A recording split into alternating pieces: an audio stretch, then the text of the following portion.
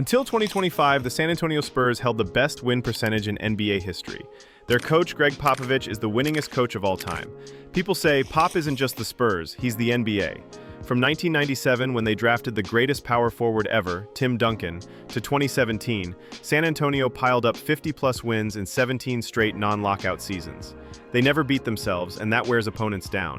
For 20 years, the Spurs meant excellence, discipline, teamwork, unselfishness, and draft sorcery. We used to just call it the program.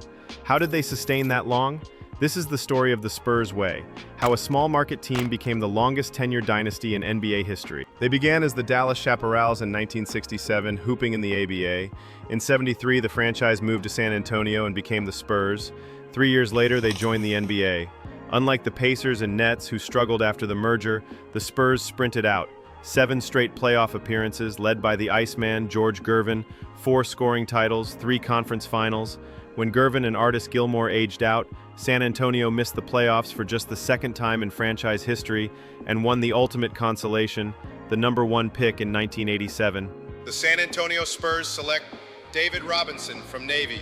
After 2 years serving, the Admiral arrived and immediately transformed the team.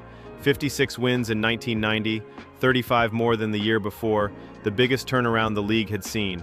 With Robinson, Terry Cummings, and Sean Elliott, the Spurs were perennial contenders, but the finals stayed out of reach. Robinson collected awards, Hakeem collected series.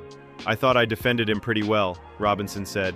"The man just played as well as I've seen." 1996-97 changed everything. Robinson and sharpshooter Chuck Person were lost to injury. The team started 3-15. Coach Bob Hill was out. The GM Greg Popovich took over as head coach. No NBA head coaching experience. The Spurs won only 20 games, and then won the lottery. Before he made the pick, Pop did something odd. He flew to the U.S. Virgin Islands to meet the best college player in America. For 3 days, Pop and a 21-year-old big man talked life, family, priorities, almost everything but basketball. Pop returned convinced. Timothy Theodore Duncan was the guy. The San Antonio Spurs select Tim Duncan from Wake Forest. He was the perfect complement to Robinson, fundamental and ruthlessly efficient.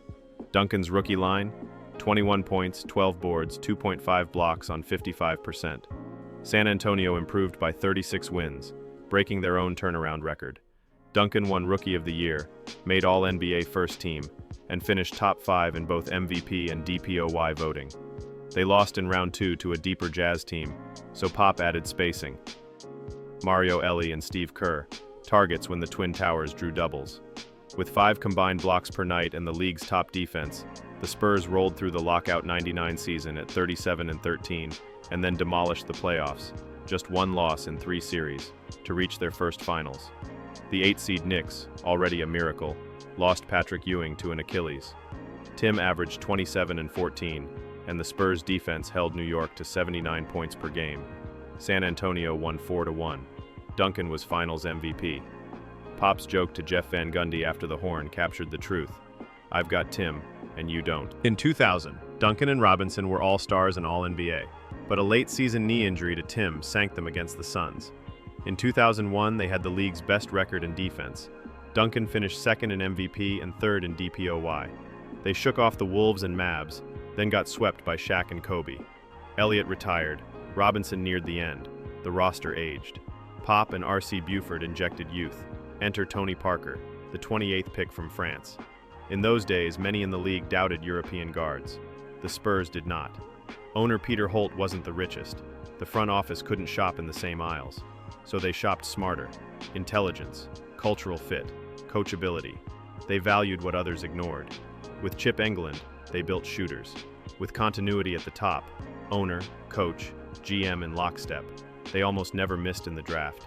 And they didn't add players who didn't fit. In 2001, they brought in Steven Jackson and Bruce Bowen, the original 3-and-D template. In 2002, Tim won MVP. The team won 58. The Lakers ended them again. R.C. Buford took the GM chair full-time and dusted off a lottery ticket he'd been holding since 1999. Manu Ginobili, 57th overall. Nobody in America knew him. Europe did. Manu arrived for 2002-03. Parker, after a rocky rookie year, leaped in year 2 because San Antonio let him play through mistakes, rare for a contender. Manu looked chaotic to Pop. until the chaos kept producing good things. He took 5 years off my life, Pop said. Then I let him be Manu. L26, Duncan hit the sweet spot of strength and savvy. 23, 13, 4, and 3, and another MVP. The Spurs beat the Lakers in 6 and Dirk's Mavs in 6. Against the Nets, Game 6 became legend. 20-20-10-8, a near quad double. The Spurs won the title. Tim averaged 24, 17, 5 across the series. Then came the tough calls. Steven Jackson wanted a big deal. Pop chose the culture. Elliott and Robinson retired. They retooled with Turkoglu, Nesterovic, and Robert Horry. In 2004, they had the league's best defense and number 3 record, but the Lakers got revenge. In 2005, Pop pioneered modern minutes management, keeping stars around 32 mpg, building depth and confidence. They finished number 1 in defense again and ground through 3 rounds to meet the Pistons. Game 7 was a bar fight.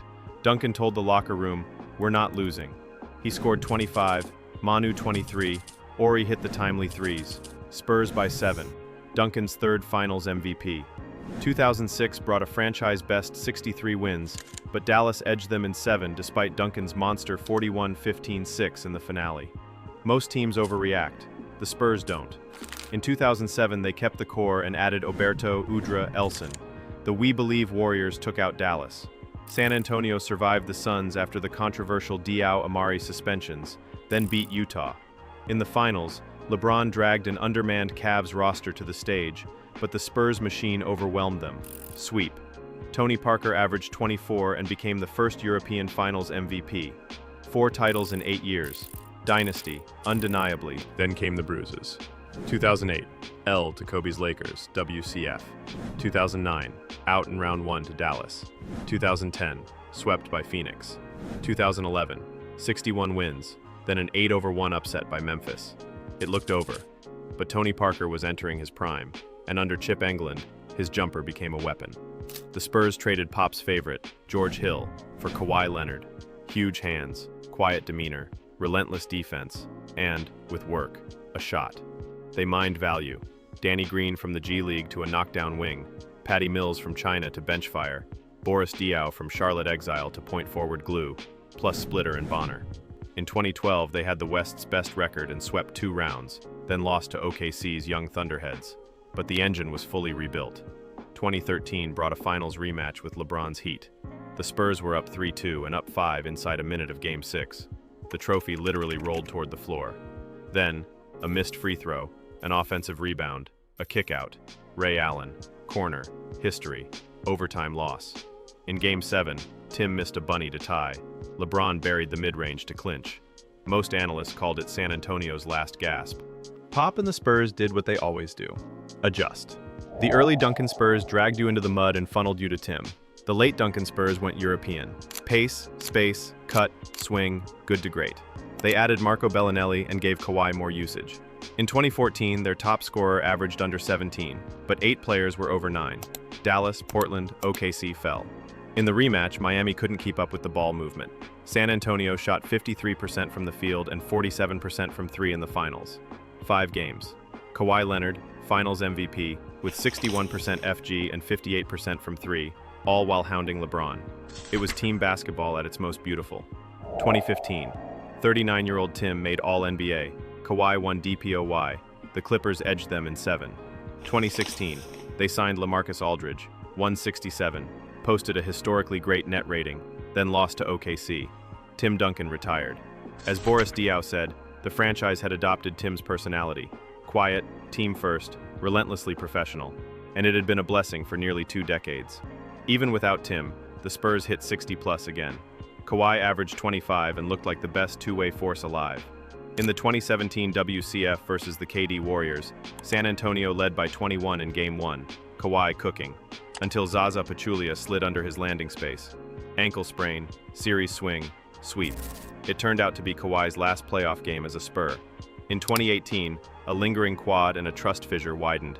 After 9 games, Kawhi shut it down and went silent. The Spurs had to trade him. They still made the playoffs in 2018 and 2019 on muscle memory and culture, but the dynasty run had ended. So what exactly made it a dynasty? In an era defined by parity, cap math, and player movement, the Spurs stacked 20 straight winning years.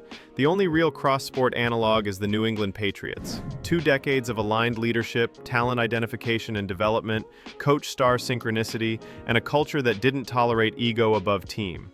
The living emblem in San Antonio was Manu Ginobili, a Hall of Fame caliber starter who volunteered to anchor the bench because that's what lifted the ceiling. Pop's guys took fewer minutes, less shine, and harder coaching to keep the standard alive. Resume check. 5 rings. 99, 03, 05, 07, 14. 17 straight 50-win non-lockout seasons. The all-time franchise win percentage lead through 2025. The winningest coach ever. A blueprint for global scouting and player development that reshaped the league. And yet, we don't talk about them like the Bulls, Lakers, or Warriors. Maybe because they were quiet. Maybe because they were normal. No circus, just habits. But normal doesn't win 5 championships. The Spurs way is a blueprint. Align the decision makers, draft for brains and fit, invest in development, protect your future with minutes discipline, and tax your ego to fund your wins. From the Chaparrals to the Admiral, from a beach conversation to basketball ballet, San Antonio built a machine that outthought, outscouted, and outlasted everybody. All right, your turn. Which dynasty sits at the top of your list and why? Drop your ranking in the comments so we can debate it out. And hey, if you enjoyed hanging out here, hit that subscribe button and join our squad. We've got plenty more wild NBA stories coming your way. Oh, and don't just stop here. Click the video on your screen right now for our next deep dive. Trust me, you don't want to miss it.